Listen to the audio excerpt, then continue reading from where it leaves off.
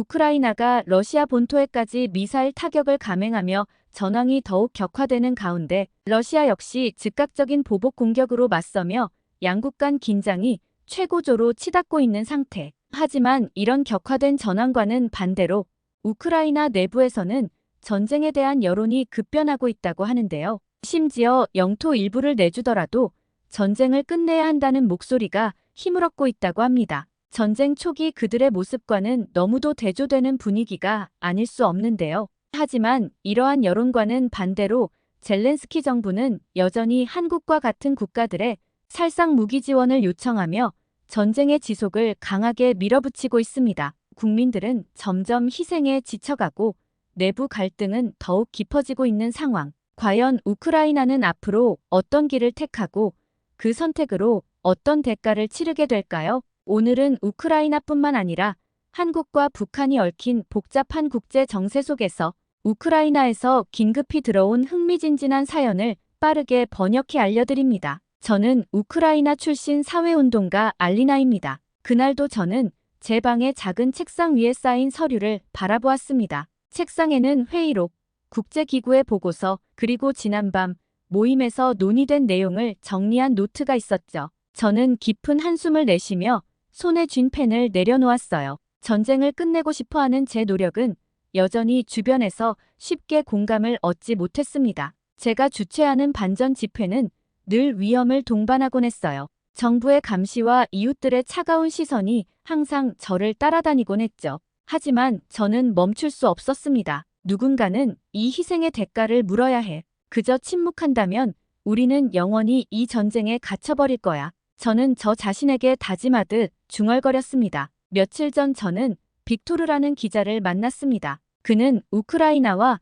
국제사회와의 관계를 다루는 기사를 주로 쓰는 기자였죠. 약속을 잡고 카페에 나가니 그는 카페 한 구석에서 노트를 펼쳐들고 앉아 저를 기다리고 있더군요. 그는 한국과 일본의 대응에 대한 주제를 꺼내며 저에게 질문을 던졌습니다. 한국은 직접적으로 무기를 보내지 않으면서 주로 인도적 지원을 강조하고 있죠. 물론 155mm 포탄을 우회 지원하긴 하지만요. 그런데 일본은 미국을 통해 패트리엇 미사일 같은 살상 무기를 우회적으로 지원하고 있습니다. 당신은 이 두 나라의 접근 방식을 어떻게 보십니까? 저는 망설이지 않고 대답했습니다. 한국은 그들만의 이유가 있다고 생각해요.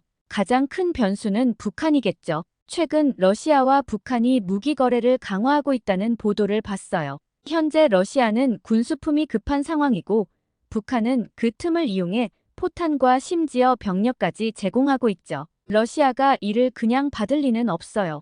분명 대가를 치를 겁니다. 빅토르는 제 말을 듣고 고개를 끄덕이며 메모를 적으며 물었습니다. 대가라면 어떤 걸 예상하십니까? 저는 다시 창밖으로 시선을 돌리며 대답했습니다. 경제적 지원도 있겠지만 군사적 지원이 가장 크겠죠. 특히 북한의 방공망 강화를 위한 대공 미사일 지원이 이뤄질 가능성이 커요. 그리고 북한의 위성 프로그램도 러시아의 군사기술로 보강될 거라고 생각합니다. 이건 단순한 거래를 넘어선 협력이에요. 북한과 러시아가 서로를 밀접하게 돕고 있다는 증거죠. 빅토르는 안경테를 살짝 고쳤으며 물었습니다. 그렇다면 한국은 이 상황에서 어떻게 대응해야 한다고 보십니까? 저는 그의 눈을 마주치며 단호히 말했습니다. 한국은 이런 상황에서 자신들의 안보를 최우선시해야겠죠. 북한이 러시아로부터 기술적 이득을 얻고 군사적 역량을 키우게 된다면 그 위협은 고스란히 한국에게 돌아올 테니까요.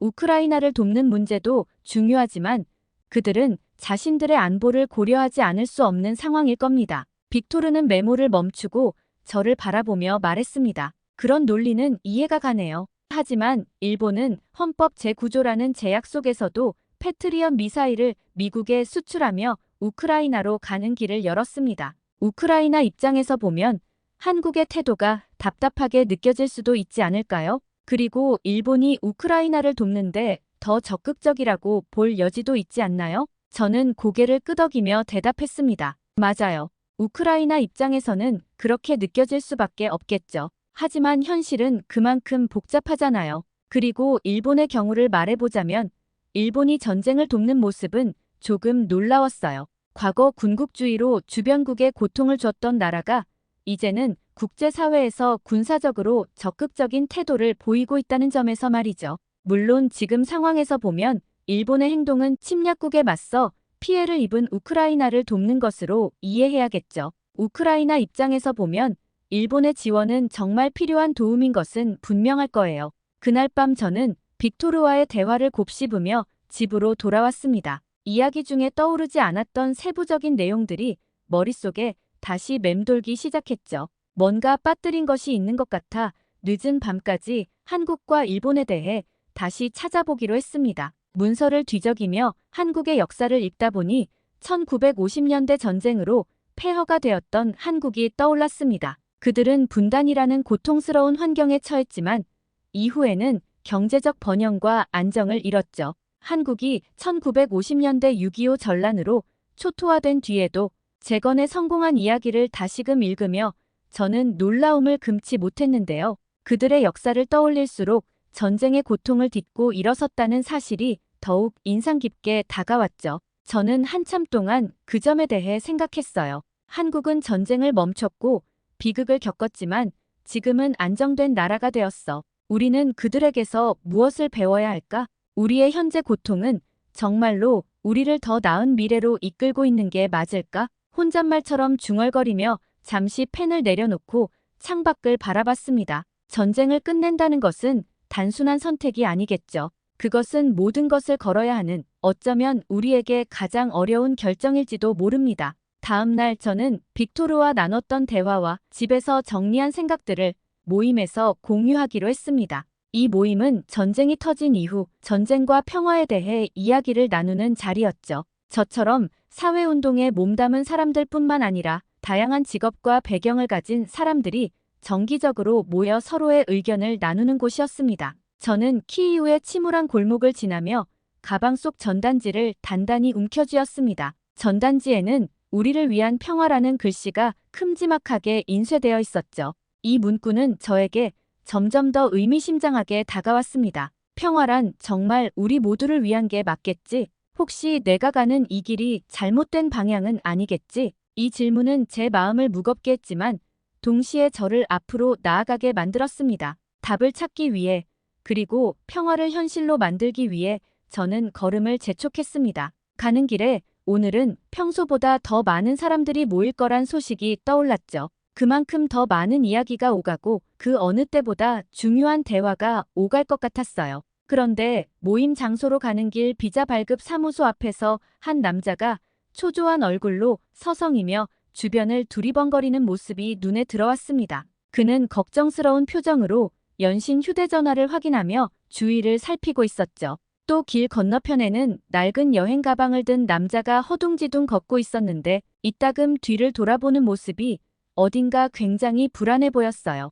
그들의 행동을 보고 있자니 징집을 피하려는 사람들이 아닐까 하는 생각이 스쳤죠. 아니, 제 눈에는 거의 확실해 보였습니다. 저는 사람들이 전쟁 초기에 느꼈던 열정과 희망이 이제는 공허함과 피로로 바뀌었음을 깨달았어요. 젤렌스키의 강경한 선택은 과연 무엇을 남겼는가? 저는 묻지 않을 수 없었죠. 모임 장소인 카페의 지하실에 도착하니 이미 여러 명의 사람들이 모여 있었습니다. 사람들은 서로 가볍게 인사를 나누며 애써 웃어 보였지만 방 안에는 무겁고 차가운 긴장감이 감돌고 있었어요. 저는 자리 앞에 서서 조용히 사람들을 둘러보았습니다. 각자의 얼굴에는 저마다의 사연이 고스란히 묻어나 있더군요. 한쪽 구석에는 아들을 잃은 어머니가, 다른 한쪽에는 징집을 피해 숨어 지내는 젊은이가 앉아 있었습니다. 그들의 침묵 속에서 말로 다 전할 수 없는 깊고 답답한 분위기가 방 안을 가득 채우고 있었죠.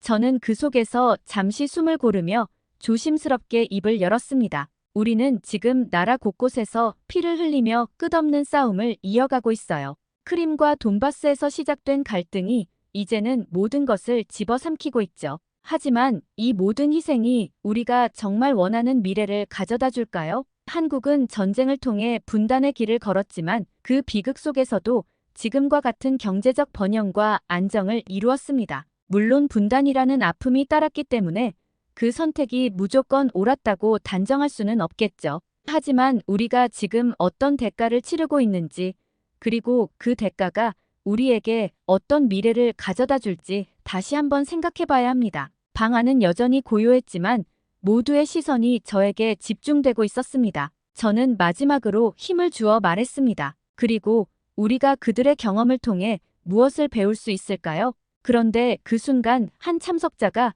조심스럽게 손을 들며 물었습니다. 그렇다면 우리가 러시아와 협상하라는 말씀이신가요? 지금의 싸움을 멈추고 다른 길을 찾으라는 뜻입니까? 저는 고개를 저으며 차분히 답했습니다. 아니요. 저는 단지 우리가 지금의 고통을 더 깊이 이해하고 그것이 정말 필요한 희생인지 물어야 한다고 말하고 싶습니다. 단순히 멈추거나 계속하는 문제를 떠나 이 길이 우리가 진정으로 원하는 미래로 이어질 수 있는 길인지 묻고 싶다는 거예요. 즉, 우리가 무조건 싸우는 게 정말로 옳은지, 우리가 이 모든 희생을 감당할 이유가 있는지 말입니다. 그 순간 또 한 남자가 손을 들고 물었습니다. 그의 이름은 올레그로, 그는 돈바스 지역 출신이었습니다. 그럼 우리가 돈바스 지역을 포기하자는 겁니까? 그곳에서 살던 사람들은 우리 국민들입니다. 그러자 옆자리에 앉아있던 여성이 곧바로 대꾸했어요. 아니요.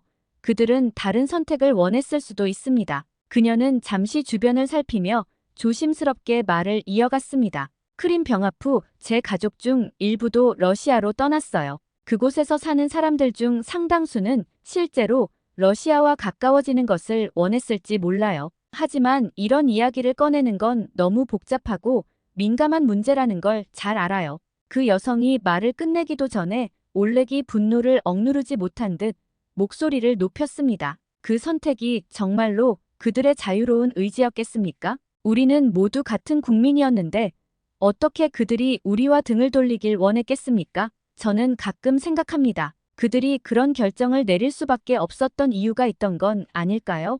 우리와 등을 돌린 게 아니라 어쩌면 다른 선택의 여지가 없었던 건 아닐까 하고요. 저는 그들이 진심으로 우리와 등을 돌리고 싶어 했다고는 믿지 않습니다. 방 안의 분위기는 점점 뜨거워졌습니다. 저는 손을 들어 사람들을 진정시키려 했어요. 우리는 서로를 비난하려고 여기에 모인 것이 아닙니다. 이 전쟁이 더 많은 희생을 낳는 이유, 그리고 그 희생이 과연 의미가 있는 것일지를 물으려는 겁니다. 잠시 정막이 흘렀고 방 안의 긴장감은 조금씩 가라앉는 듯 했습니다. 여전히 고요한 분위기 속에서도 사람들의 표정에는 저마다의 생각이 엿보이더군요. 어떤 이들은 고개를 끄덕였고 또 어떤 이들은 저를 주의 깊게 지켜보며 말을 꺼내려는 기색을 보였죠. 그날 모임이 끝난 뒤 집으로 돌아온 저는 밤늦도록 자리에 앉아 생각에 잠겼습니다. 책상에 앉아있던 저는 문득 한국에 관한 뉴스를 떠올렸습니다. 한국은 전쟁 초기부터 우크라이나를 돕기 위해 의료 물품과 구호품을 보내왔고 최근에는 구급차와 지뢰제거 장비까지 전달되었다는 소식도 들려왔지만 여전히 우크라이나 정부는 한국이 살상 무기를 제공하지 않는 것에 대해 불만을 표하고 있었죠. 전쟁으로 분단을 겪은 나라로서 한국은 누구보다 전쟁의 비극을 깊이 이해하고 있을 텐데 그들의 신중한 태도는 과연 비난받아야 하는 걸까? 아니면 전쟁이라는 비극을 직접 겪어본 나라로서 오히려 더욱 신중하게 생각하며 균형을 유지하려는 노력이 필요한 걸까? 라는 의문이 머릿속에 떠올랐습니다. 쉽게 답을 내릴 수 없는 질문들이 계속해서 저를 괴롭혔어요. 지금 우크라이나가 겪고 있는 고통과 희생 속에서 각국이 선택하는 행동들이 어떤 의미를 가지는지 더 깊이 고민하게 만들었죠. 전쟁은 모든 선택을 무겁게 만들고 우리가 기대했던 답을 복잡한 물음표로 바꾸어 놓는 것만 같았어요. 그때 문득 빅토르와 나누었던 대화가 떠올랐습니다. 빅토르는 한국과 일본의 대응을 비교하며 저에게 질문을 던졌었죠. 한국은 무기를 보내지 않으면서 인도적 지원을 강조하고 있다. 그런데 일본은 패트리엇 미사일 같은 무기를 포함해 더 적극적으로 지원할 가능성을 열어두고 있다. 당신은 어떻게 생각하는가? 라고 말이죠. 그의 질문은 그날 내내 제 머릿속을 맴돌았어요. 다음 날 저는 다시 빅토르를 만났습니다. 다시 만난 빅토르는 이번에는 다른 이야기를 꺼내더군요. 그는 새로운 기사를 준비하고 있었죠. 빅토르는 자료를 뒤적이며 말했습니다. 우크라이나에 대한 국제 지원이 줄어들고 있다는 소식이 들려요. 한국과 같은 나라들에게 우리가 더 강하게 요청할 필요가 있지 않을까요? 아니요. 저는 단호히 대답했습니다. 우리는 그들의 현실을 이해해야 합니다. 그들도 그들 나름의 위협을 감당하고 있잖아요. 한국은 북한이라는 변수와 직면해 있고 그들에게는 그들의 방식대로 도와줄 권리가 있습니다. 중요한 건 그들이 우리를 돕고 있다는 사실이에요. 살상 무기를 보내지 않는다고 해서 그들의 지원이 덜 중요한 것은 아니에요. 빅토르는 고개를 끄덕이며 생각에 잠긴 듯 보였습니다. 그리고 그날 밤 그의 기사가 발행되었습니다. 기사에서 그는 젤렌스키의 결정을 강하게 비판하며 우크라이나 국민들의 희생을 강조했어요. 우리는 지금도 싸우고 있다. 하지만 그 싸움이 국민들을 위한 것인지 아니면 지도자의 자존심을 위한 것인지 묻지 않을 수 없다. 그의 기사는 예상대로 큰 반향을 일으켰습니다. 저는 빅토르의 글을 읽으며 그의 질문을 곱씹었습니다. 그리고 저 자신에게도 질문을 던졌죠. 우리는 얼마나 더 많은 희생을 감당해야 하며 그 희생이 정말로 우리가 원하는 미래를 가져다 줄 수 있을 것인가? 또한 그가 쓴 북한과 러시아의 관계에 대한 기사를 읽으면서 저는 한국이 처한 복잡한 상황에 대해서도 보다 깊게 이해하게 되었어요. 러시아와 북한이 무기 거래를 강화하며 동맹을 구축하고 있다는 보도는 한국이 우크라이나를 돕는 문제에서 신중한 태도를 취할 수밖에 없는 이유를 더욱 분명히 보여주고 있었죠. 게다가 북한이 러시아에 포탄과 병력을 제공하고 있는 상황에서 한국이 우크라이나에 살상 무기를 지원하는 것은 자칫 한반도에서의 긴장을 고조시키고 결국 남북 간 대리전 양상을 부추길 위험도 있지 않을까?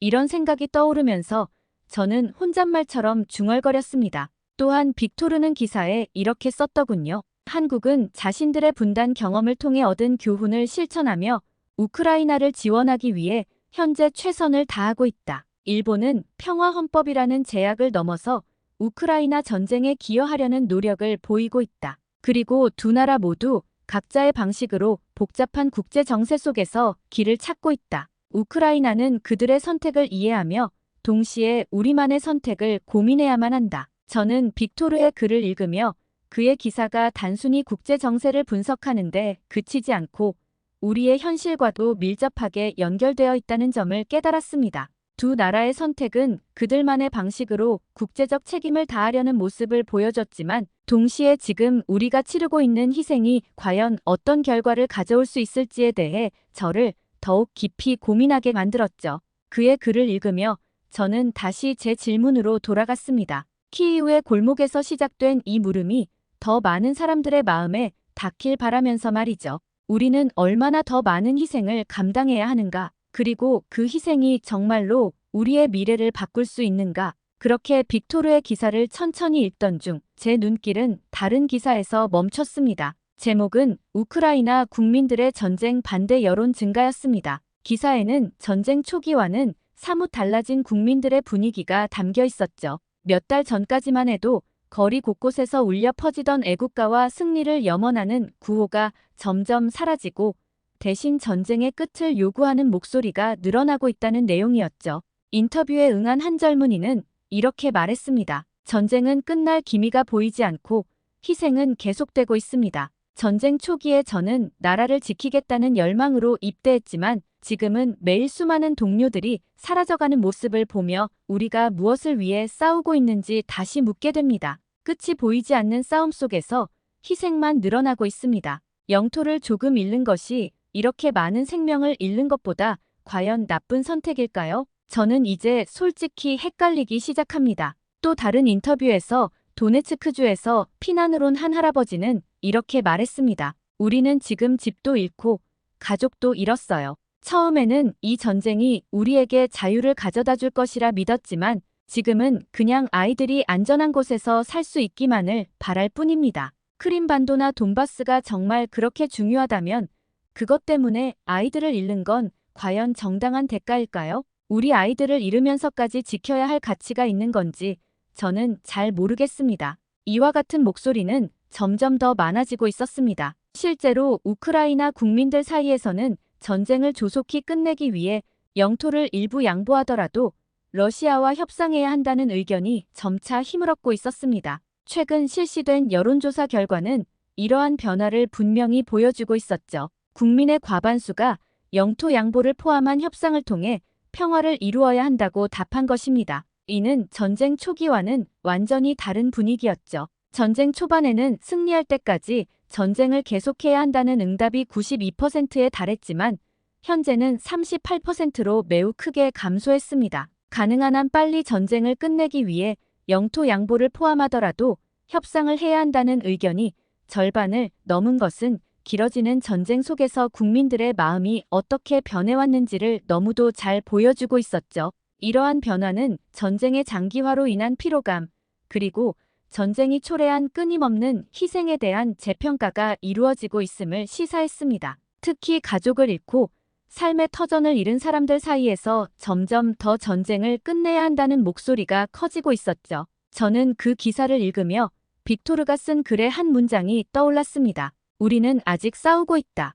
그러나 그 싸움이 국민들을 위한 것인지 아니면 지도자의 자존심을 위한 것인지 묻지 않을 수 없다. 그 문장은 제 마음속 깊이 남아있었고 더 많은 질문을 떠오르게 했습니다. 전쟁이 남긴 상처와 희생이 사람들의 마음속에서 어떤 변화를 일으키고 있는지, 그리고 그 변화가 무엇을 의미하는지 저는 다시금 생각하지 않을 수 없었습니다. 지금 우리가 감당하고 있는 이 모든 대가가 정말로 우리가 원하는 미래를 가져다 줄 것인지 아니면 그저 끝없는 고통만을 남기고 마는 건 아닌지, 그 질문이 제 마음을 떠나지 않았죠. 우크라이나가 지금 치르는 대가와 그 희생이 과연 우리의 삶을 나아지게 할 수 있을까? 국민들의 목소리가 점차 바뀌어가는 이 시점에서 우리는 정말로 무엇을 지키고 있는지, 그리고 그것이 얼마나 가치 있는 것인지 다시 한번 묻지 않을 수 없었습니다. 그날 밤 저는 책상에 앉아 창밖을 바라보며 생각에 잠겼습니다. 어둠 속에서 희미하게 비치는 도시의 불빛은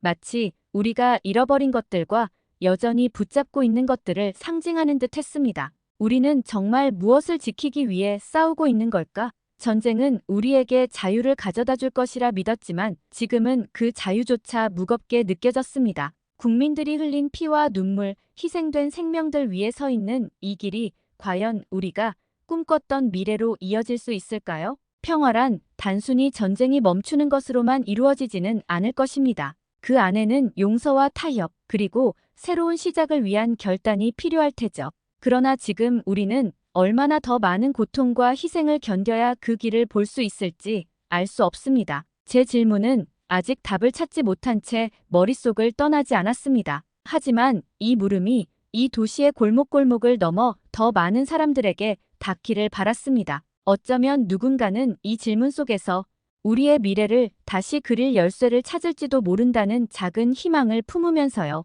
저는 조용히 펜을 내려놓고 깊은 한숨을 내쉬었습니다. 어쩌면 전쟁을 끝낸다는 결론은 이미 우리 마음속에 있었는지도 모르겠습니다. 아니, 이게 정말 세계 최초라고요? 여기 영국의 한 여성이 한국을 방문하여 깜짝 놀라 말을 잇지 못하고 있습니다.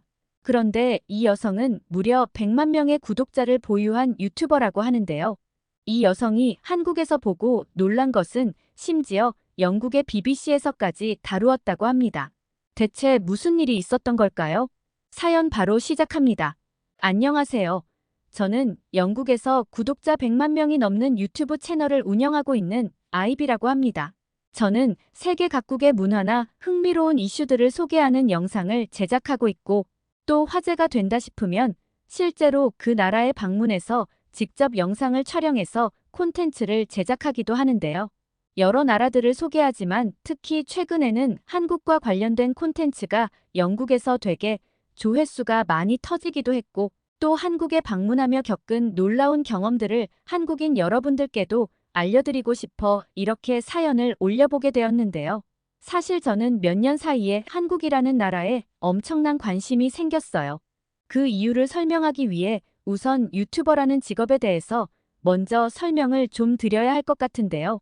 유튜브를 운영해 보신 분들은 아시겠지만 이 유튜브 작업이라는 것도 사실 엄청 고된 일이거든요. 주제 선정하려고 하루 종일 아이디어를 생각해내야 하고 그런 다음 또 어떻게 해야 시청자들에게 재미를 줄 수 있을지 고민하면서 공들여 대본을 작성해야 하고 그 다음은 또 영상을 재밌게 편집해야 하고 마지막으로는 이목을 끌 수 있는 썸네일 제작까지 정말 해야 할 것들이 많거든요.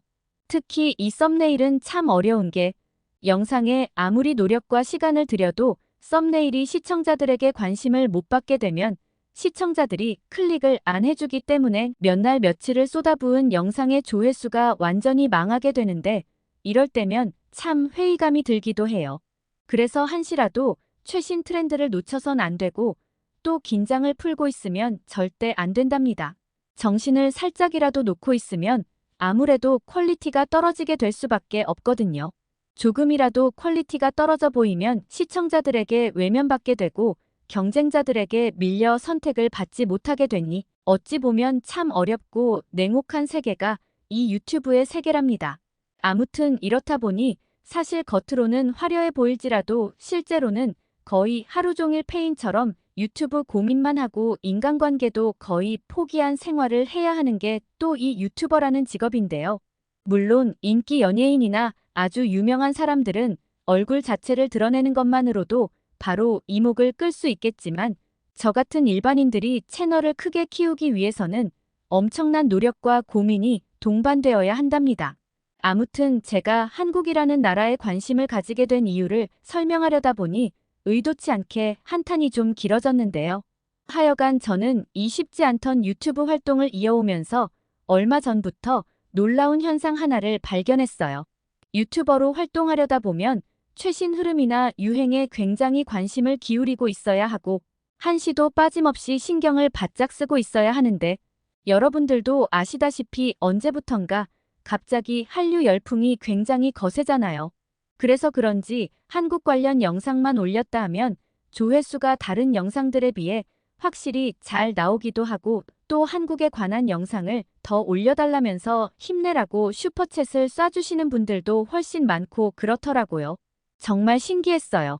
다른 영상들은 엄청 고민을 하면서 콘텐츠 제작을 해야 그나마 성과가 잘 나오는데 한국 관련 영상은 그냥 한국이라는 주제 자체로 일단 먹히고 들어가는 그런 느낌이랄까요?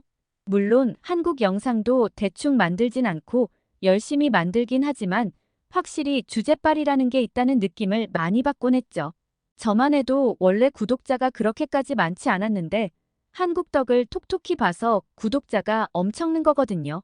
아마 그때가 정확히 오징어 게임이 넷플릭스에 공개되었을 때부터였을 거예요. 그때 당시에는 번화가에 나가기만 하면 사람들이 딱지치기를 하거나 설탕 뽑기를 하면서 놀 정도로 오징어 게임 열풍이 대단했거든요. 그리고 오징어 게임과 같은 K-드라마뿐만 아니라 K-팝이나 K-뷰티, 그리고 K-푸드와 같은 한국 문화들도 점점 더 확산되기 시작하면서 한류 열풍이 유럽 전역을 뒤덮기 시작했죠. 그때부터 저는 느꼈어요. 이 유행에 무조건 올라타야겠구나라고요. 그래서 그맘때부터 한국 관련된 영상을 만들면서 한국의 음식이나 한국의 가수, 한국의 드라마 등 한국 문화들을 소개하기 시작했고 그랬더니 생각보다 훨씬 더 많은 분들이 제 영상에 관심을 가져주셔서 덕분에 비교적 빠른 시간 안에 구독자가 몰리면서 저도 어느덧 100만 유튜버로서 자리를 잡을 수 있었죠. 과거에 정말 힘들었던 시기를 떠올리면 한국의 문화 열풍이 저를 살려준 셈이나 다름없었고 그래서 항상 한국에 대해서는 좋은 감정과 고마운 마음이 크답니다. 아무튼 이렇게 한국의 힘으로 유튜버로서 성장도 하고 활동도 열심히 해왔는데 그렇게 끊임없이 달려오다 보니 저에게도 번아웃이라는 게 오더군요. 구독자도 늘고 많은 사랑을 받다 보니 신이 나는 것과는 별개로 날이 갈수록 체력적으로 힘이 드는 게 느껴졌고 제 몸에서는 저에게 잠깐 쉬어달라는 신호를 보내는 것만 같았죠. 저는 잠깐의 휴식이 좀 필요하다고 느꼈어요. 그래서 결국 그날 제 유튜브를 도와주는 친구 루시에게 저녁을 먹으며 이야기를 꺼내게 되었답니다. 며칠 리프레시를 하러 여행을 떠나는 게 어떠냐고요. 사실 이런 생각은 이날 처음 한 것은 아닙니다. 루시에게 말을 꺼낸 적은 없지만 얼마 전부터 유튜브 활동에 지쳐 잠깐의 휴식기를 가지면서 여행을 좀 가볼까 하는 생각을 혼자서 늘 하고 있긴 했어요. 루시 또한 오랜 기간 저를 도우면서 지쳐 보이기도 했었고요. 그리고 제가 여행지로 점 찍어둔 곳은 바로 한국이었죠. 루시와 함께 언젠가 한국에 가려고 늘 생각하고 있었거든요. 왜냐면 그간 한국에 대한 컨텐츠로 덕을 많이 봤는데 아직 실제로 한국에 가본 적이 한 번도 없었거든요. 게다가 루시는 한국어도 가능한 친구였어요. 얘는 저보다도 먼저 한류 열풍에 푹 빠져 있었던 애였거든요. 그래서 이번 휴식기에 겸사겸사 한국에 가서 콘텐츠로 쓸만한 한국의 모습도 찍고 휴식도 취하고 하면 정말 괜찮을 것 같다는 생각을 했었던 거죠. 물론 콘텐츠 같은 경우 당연히 일하러 가는 느낌보다는 부담 없이 한국을 둘러본다는 느낌으로 말이죠. 그렇게 저는 이러한 저의 생각을 이날 저녁 루시에게 말해봤는데 예상대로 루시는 흔쾌히 동의해 주었습니다. 긴 기간 작업으로 지쳐있기도 했겠지만 아무래도 한국이란 나라를 좋아하는 루시였다 보니 한국으로의 여행을 무척이나 반기는 모습이었죠. 그렇게 우리는 고민도 않고 바로 한국행 비행기 표를 끊었답니다. 여행 날은 금세 다가왔고 루시와 저는 설레는 마음으로 짐을 싸느라 잠도 제대로 못 자고 한국행 비행기에 올랐어요. 그리고 피곤했는지 비행기에서 바로 골아 떨어졌죠. 그렇게 저희가 한국에 도착했을 때 인천공항이 생각했던 것보다 규모가 훨씬 큰 것 같아서 깜짝 놀랄 수밖에 없었습니다. 그리고 입국 심사대로 향하는데 앞에 보이는 줄이 정말 끝도 없이 길게만 보이더라고요. 이대로면 한참 기다려야 할 것 같았는데 한국에서의 일정이 그리 길지 않아 한시가 소중했던 저희한테는 한숨만 나오는 상황이었답니다. 그런데 신기하게도 직원분들이 정말 기계처럼 정확하고 빠르게 심사를 진행해 주신 덕분에 언제 그랬냐는 듯 줄이 빠르게 줄어들더니 어느새 우리 차례가 되어 순식간에 입국 심사를 마칠 수 있었답니다. 그렇게 공항에서 서울로 가려 하는데 순간적으로 택시를 탈 건지 지하철을 탈 건지 고민이 되더라고요. 루시와 의논 끝에 저희는 지하철을 타기로 했어요. 사실 영국에서 장거리 비행을 해서 피곤하다 보니 그냥 택시를 타고 편하게 호텔까지 갈까 싶기도 했는데 지하철이 뭔가 시청자들에게 보여줄 영상을 찍기에 좋은 소재처럼 느껴지더라고요. 그렇게 공항에서 연결되어 있는 지하철을 타러 가는데 역에 도착하자마자 깜짝 놀랄 수밖에 없었어요. 영국 지하철역에 비해 지하철역 내부가 너무나도 밝고 깨끗하더라고요. 영국의 지하철은 만들어진 지 오래된 역들이 많아서 한국 지하철처럼 이렇게 깔끔하다기보다는 어둡고 우중충해 늘 불쾌한 기분이 들곤 했거든요. 저는 바로 라이브 방송을 켰습니다. 예상하셨다시피 시청자들이 한국의 지하철 모습에 엄청나게 놀라워했어요. 얼마나 깨끗하면 지하철 바닥에 무슨 광이 다 난다며 영국의 우중충한 지하철과는 비교가 되지 않는다고 한국 지하철에 대해 극찬을 하더군요. 그리고 지하철을 타기 위해 플랫폼으로 내려왔는데 더 놀라운 점이 있었습니다. 지하철 승강장이 바닥에서 천장까지 끝까지 유리문으로 다 막혀있지 뭐예요. 사실 영국의 지하철에는 스크린도어가 한국처럼 이렇게 잘 설치된 곳을 찾아보기가 힘들거든요. 물론 있는 곳이 있기는 해요. 하지만 런던의 일부 지하철역에서만 있을 뿐이라 한국처럼 이러한 스크린도어가 생소해 보일 수밖에 없었죠. 시청자들이 채팅으로 놀랍다면서 동시에 의문을 표하기도 하더군요. 이렇게 스크린도어가 깔끔하게 설치된 곳은 영국은 물론 다른 유럽 국가들을 여행할 때도 본 적이 없는데 한국은 유럽보다 잘 살아서 그런 건가? 그건 아닐 텐데 왜 그러지? 하고 말이에요. 사실 런던 지하철은 추락시 열차와 충돌하는 사고도 사고지만 3궤조 노선으로 인해 감전사하는 사고 빈도가 훨씬 많아 스크린도어의 필요성이 오히려 한국보다 더욱 대두되는 편인데요. 참고로 3궤조 노선 혹은 서드레일 방식은 고압 전기가 흐르는 통로가 지면과 가까운 바닥에 있는 걸 말하는데 사람 혹은 동물이 실수로 밟으면 합선 사고가 발생할 가능성이 굉장히 높거든요. 그래서 감전 사고를 방지하기 위해서라도 스크린도어가 꼭 필요한 게 바로 영국이나 유럽의 지하철인데요. 하지만 스크린도어를 한국의 지하철역들처럼 마음껏 설치하지 못하는 이유가 있었어요. 시청자분들 중 똑똑한 분들이 많이 계셔서 그 이유를 설명해 주더라고요. 스크린도어가 없는 것은 영국뿐만 아니라 미국이나 프랑스 등 다른 선진국들도 대부분 마찬가지인데요.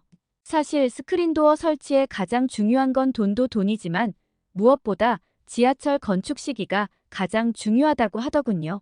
무슨 말이냐면 스크린도어를 설치하는 것이 단순히 도어만 설치하는 것이 아니라 천장 자체를 뜯어내서 아예 다시 건축하는 방식이거든요. 즉 자칫 잘못했다간 지하철역 자체가 폭삭 주저앉을 수 있는 큰 공사가 바로 이 스크린도어 설치 공사라고 하더라고요. 대부분 다른 선진국들은 한국과 다르게 지하철의 역사가 매우 길어요. 한국은 지하철역이 길어봐야 3, 40년 전에 지어진 역들이 대부분이고 최근에 지어진 역들은 훨씬 더 지어진 지 얼마 안 된 역들이지만 미국이나 유럽, 특히 영국의 경우는 세계 최초로 1800년대 중반에 지하철을 개통했을 만큼 지하철역이 지어진 지가 엄청나게 오래되었거든요.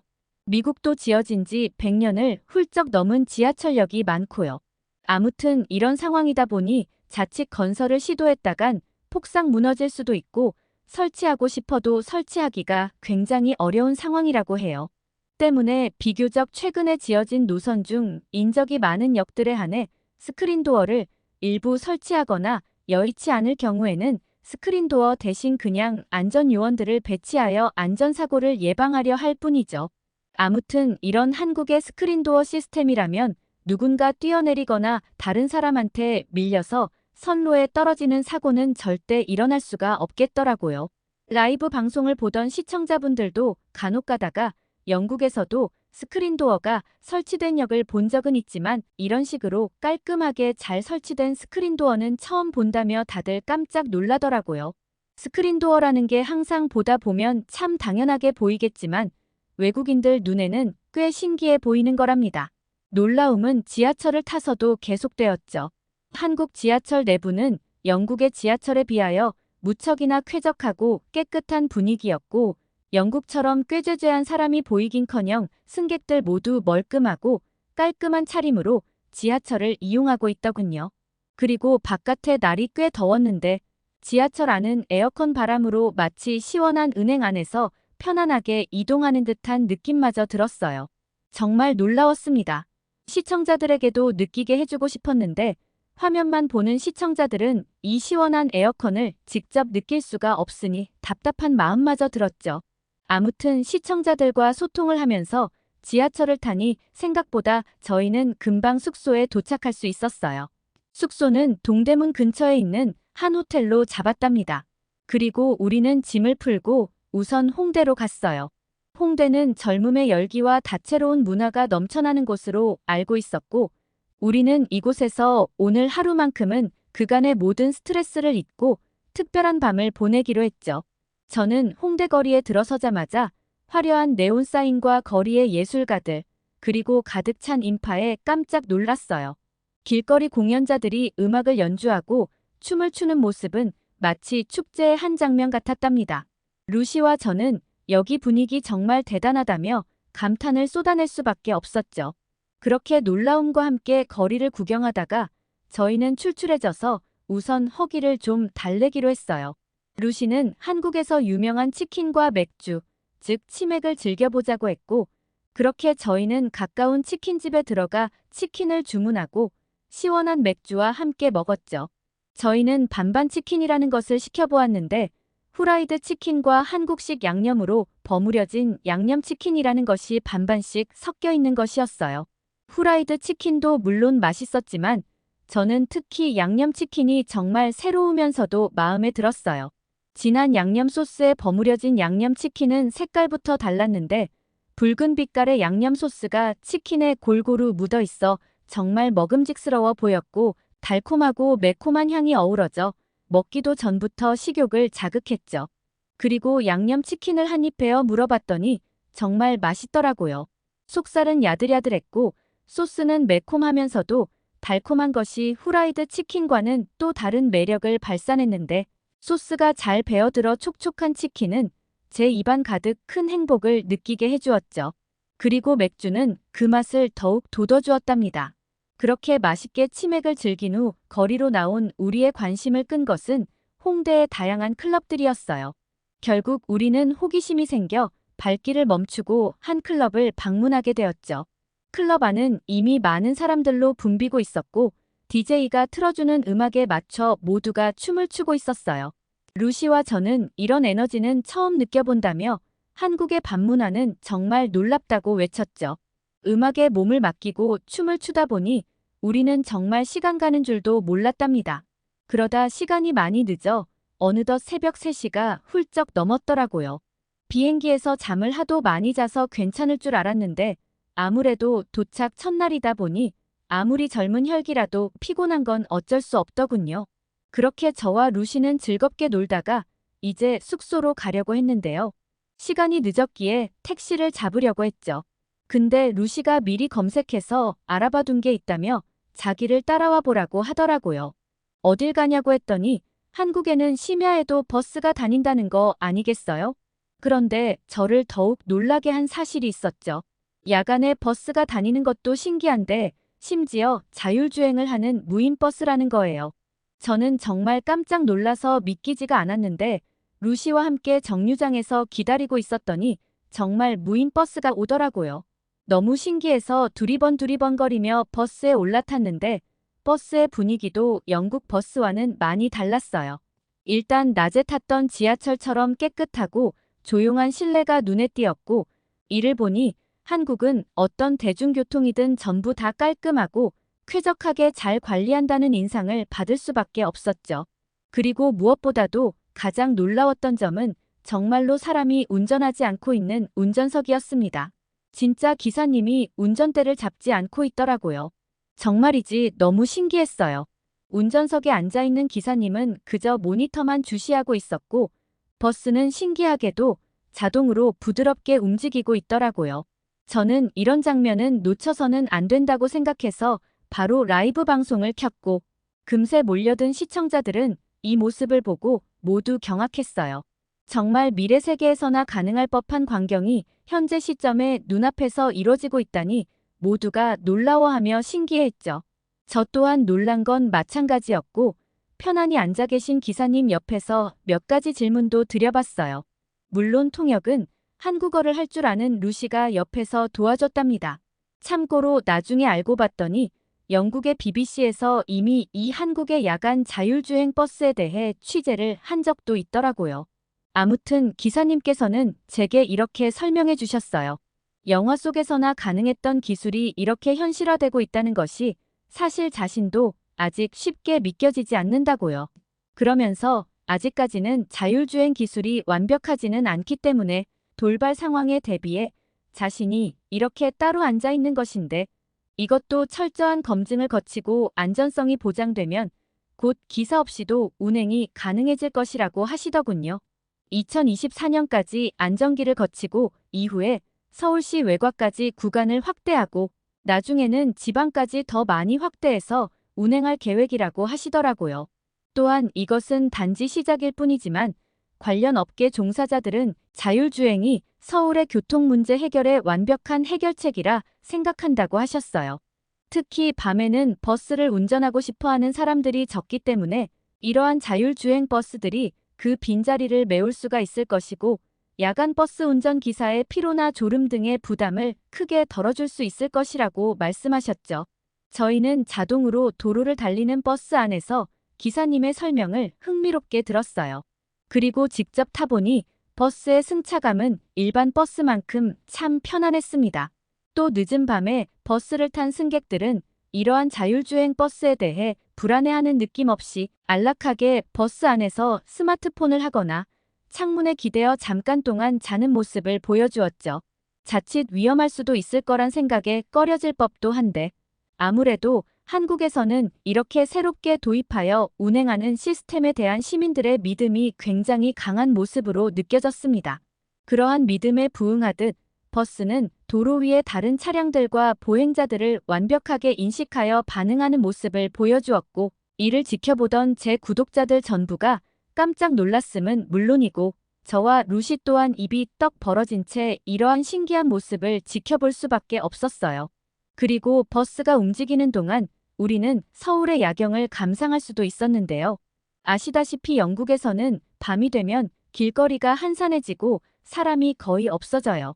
특히 이렇게 심야 버스가 운행하는 시간대에는 더더욱 말이죠. 그런데 그에 비해 시간이 이렇게 많이 늦었음에도 불구하고 너무도 밝고 활기찬 한국의 밤거리와 길거리 시민들의 모습은 한국의 좋은 치안을 상징하는 듯했고, 이 정도로 밤에도 사람들이 많이 돌아다니니 당연히 야간 버스에 대한 수요도 많을 수밖에 없겠구나 싶으면서, 그게 이러한 자율주행 버스의 도입까지도 나아가게 한 것 같다는 생각이 들더라고요. 사실 영국은 심야에 버스가 다닐 필요가 크게 없긴 하죠. 애초에 사람이 밤에 안 다니니 버스에 대한 수요도 거의 없을 테니까요. 기사님 말씀으로는 이미 기술 발전에 큰 비용을 지출했지만 아직 완벽해지기까지는 여전히 먼 길이 남아있다고 했습니다. 거리에는 강아지, 어린이, 날씨 등의 여러 가지 변수들이 있으며 기술은 아직 이 모든 것을 완벽하게 해결하지는 못했다고 하더군요. 기사님께선 이러한 무인버스가 도시를 더 효율적으로 만들 수 있는 훌륭한 인프라인 것은 확실하지만 앞으로도 갈 길이 많이 남아있다고 하셨죠. 하지만 인류는 늘 그랬듯 이 모든 난관들을 극복하면서 언젠가는 또 완벽에 가까운 시스템을 갖추게 될 것이고, 한국이라는 나라가 그 선두에 서서 이렇게 첫 출발을 끊어 모범적으로 자율주행의 길을 열어나가고 있다는 생각이 들었답니다. 저와 루시는 그렇게 놀랍고도 신기했던 경험을 마치고 숙소로 돌아왔는데요. 저는 숙소에 와서도 자율주행 버스에 대한 여운이 많이 남았는지 잠이 오질 않아서 바로 자지 않고 인터넷으로 이것저것 관련 내용을 더 찾아보게 되었는데요. 그 과정에서 한국이 추진하고 있는 놀라운 사업을 또 하나 발견하게 되었어요. 서울시에서는 2024년 하반기부터 2025년까지 드론 택시도 시범 운행할 예정이라고 하더라고요. 또한 이를 택시로서의 용도뿐만 아니라 다양한 관광 상품으로도 개발할 예정이라고 하고요. 앞서 서울시는 여의도 한강공원에서 이미 드론 택시 비행 실증에 나선 바 있는데, 쌀가마니 여러 개를 실은 드론 택시가 여의도 한강공원에서 마포대교 일대를 문제없이 비행했고, 안전 문제로 사람 대신 쌀가마니가 탑승했지만 아무튼 이는 성공적으로 드론 택시 운행에 첫 발을 뗀 셈이라 볼 수 있었죠. 그리고 내년부터는 유인 조종사가 실제로 운행할 예정이라고 했고요. 여의도에서 인천공항까지 1시간 정도 소요되던 출퇴근길은 무려 20분 만에 갈 수 있다고 하고, 김포공항에서 잠실까지는 단 12분이면 도착한다고 하는데요. 그러면 이용하는 비용이 엄청 비싸지 않나라고 생각할 수 있잖아요. 물론 처음에는 조종사가 필요하기 때문에 11만 원 정도로 조금 비싸지만 자율주행이 완전히 적용되는 시점이 되면 몇만 원 수준으로 장거리도 이용할 수 있다고 하더라고요. 거리를 대충 계산해보니 한국의 대도시인 서울에서 부산까지는 하늘을 이용해 1시간이면 갈 수 있는 시대도 곧 오지 않을까 싶더군요.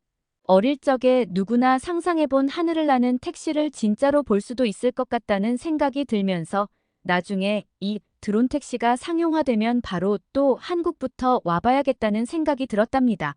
자율주행 운전만 해도 상상 속 이야기로만 여겨졌지만 이제 곧 드론 택시가 하늘을 활보하는 세상이 온다니, 한국 분들께서 자주 쓰시는 표현으로 정말 격세지감이라는 말이 딱 어울리는 것 같아요. 공상과학 영화에서나 봤던 하늘을 나는 자동차가 현실이 되는 일이 이제 정말 머지않았다니, 여러분들께서도 정말 신기하지 않으신가요? 저는 무척 설레고 기다려지는군요. 아무튼 숙소에 돌아와 찾아본 이러한 자료들에 저는 또 한 번 무척 놀랄 수밖에 없었는데요. 저와 루시는 이날 야간 자율주행 버스를 경험하며 나름대로 콘텐츠도 제작하고, 그 다음 날부터는 본격적으로 본래 계획이었던 한국 여행도 재밌게 즐기게 되었어요. 한국은 굉장히 볼거리가 많고 맛있는 음식도 다양한 것이 정말 마음에 쏙 드는 나라였고, 저는 왜 요즘 한류 열풍이 전 세계에 불어닥친 건지 바로 실감할 수 있었답니다. 저희는 며칠간 한국을 둘러보며 훌륭한 시민의식과 여러 편리한 인프라, 그리고 쾌적하고 안전한 교통 시스템 등을 제대로 경험할 수 있었고, 영국도 새로운 기술이나 인프라에 대한 연구와 투자를 활발히 해서 이렇게 한국처럼 잘 갖춰진 선진 시스템을 앞으로 국민들에게 제공해주면 좋겠다는 생각이 굉장히 많이 들었어요. 그리고 정말 한국에 와보길 잘했다는 생각이 들었고, 앞으로도 시청자들에게 한국의 다방면을 소개하면서 유튜브 활동을 이어나갈 생각이에요. 그렇게 한국 곳곳을 돌아다니며 정신없이 여행도 하고 라이브 방송을 진행하다 보니 어느덧 영국으로 돌아갈 시간이 다가왔어요. 정작 영국으로 돌아오니 이전에는 당연하게 여겨졌던 것들이 정말 불편하게 느껴지더라고요. 예를 들면 지하철을 타거나 밤에 바깥에 나갈 일이 있을 때 말이에요. 한국을 직접 겪고 나니 한국에 사는 분들이 참 부러워지는 건 어쩔 수가 없나 봅니다. 다음에 곧 또 한국을 방문해야겠어요. 그때까지 여러분들 모두 건강하시길 바랄게요. 저도 그동안 열심히 유튜브 활동하면서 지내고 있을게요. 곧 찾아뵈면 그때 또 사연 올리겠습니다. 오늘 제 이야기 들어주셔서 감사드립니다. 한국 관련 콘텐츠로 시청자들의 큰 관심을 얻고 많은 구독자를 확보했다는 영국 유튜버 IBC 사연 들어보았는데요. IBC는 휴가차 한국에 왔다가 특히 한국의 야간 자율주행 버스에 대해 많이 놀란 것 같고 추후 상용화될 드론 택시에 대해서도 관심이 많은 모습인데요. 여러분들도 관심을 많이 가지고 계신가요? 유튜브에서 한국 소개에 힘입은 IBC의 성공, 그리고 한국의 세계를 선도하는 놀라운 기술 발전에 대해 많은 외국인들의 칭찬이 자자한 모습을 보니 저도 기분이 뿌듯해지는데요. 오늘 사연이 좋았다면 구독과 좋아요, 그리고 알림 설정 부탁드리며 끝까지 시청해주셔서 감사합니다.